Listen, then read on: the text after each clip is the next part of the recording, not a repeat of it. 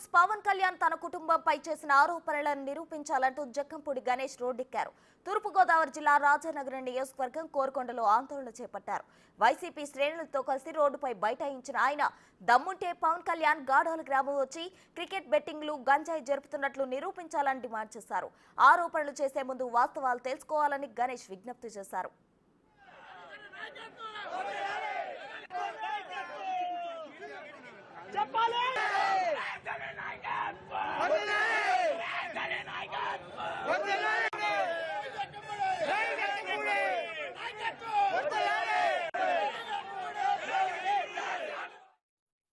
అధ్యక్షులు పవన్ కళ్యాణ్ గారు కోరుకొండ హెడ్ క్వార్టర్కి రావడం, పలు ఆరోపణలు వేళ మా మీద మా కుటుంబం మీద చేయడం, మరో పక్కన ఆయన మాట్లాడినటువంటి మాటలన్నీ కూడా అయిష్టంగా మాట్లాడినట్టుగా, ఎవరో రాసిచ్చినటువంటి స్క్రిప్ట్ని సినిమాల్లో డైలాగులు ఏ రకంగా అయితే చెప్తారో వేళ అదే రకంగా సినిమాల్లో చెప్పేటటువంటి డైలాగుల్ని రాజకీయాల్లో చెబితే కూడా అది పండుతుందేమో, ప్రజలు దానికి కూడా చప్పట్లు కొడతారేమో అని చెప్పి నమ్మి వేళ ఎవరో రాసిచ్చినటువంటి స్క్రిప్ట్ని ఆయన మాట్లాడినటువంటి విధానం పూర్తిగా ఆయన తాలూకు అవివేకానికి అర్థం పడతా ఉందని చెప్పి చెప్పాల్సినటువంటి అవసరం. నన్ను బ్లేడ్ బ్యాచ్ అన్నారు, గంజాయి బ్యాచ్ అన్నారు, బెట్టింగ్ రాకెట్లు నడుపుతున్నా ఉన్నారు.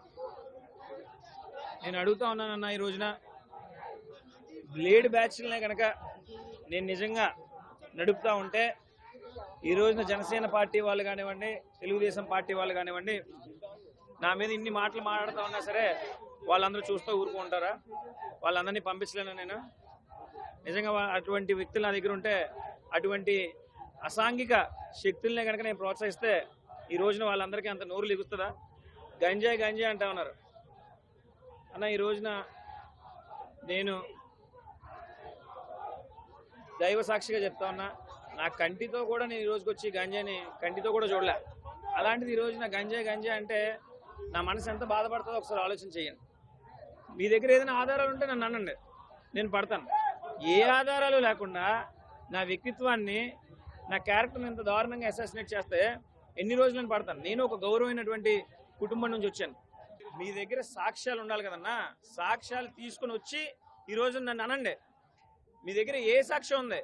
ఏదైనా పోలీస్ స్టేషన్లో రికార్డ్ అయినటువంటి ఏమైనా కేసులు కానీ ఏమైనా ఉన్నాయా?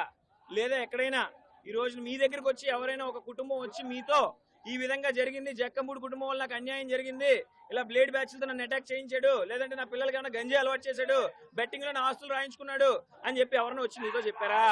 చెప్పినట్టు ఏదైనా రుజువు ఉంటే నా దగ్గరికి రండి, నన్ను నిందించండి. ఈ రాజానగరం నియోజకవర్గం కాదు, తూర్పుగోదావరి జిల్లాలో నా తండ్రి సాక్షిగా చెప్తున్నా, మళ్ళీ తూర్పుగోదావరి జిల్లాలో నా దేహం కనపడదు. ఇంకా నన్ను బ్లేడ్ బ్యాచ్ అన్నారు, గంజాయి బ్యాచ్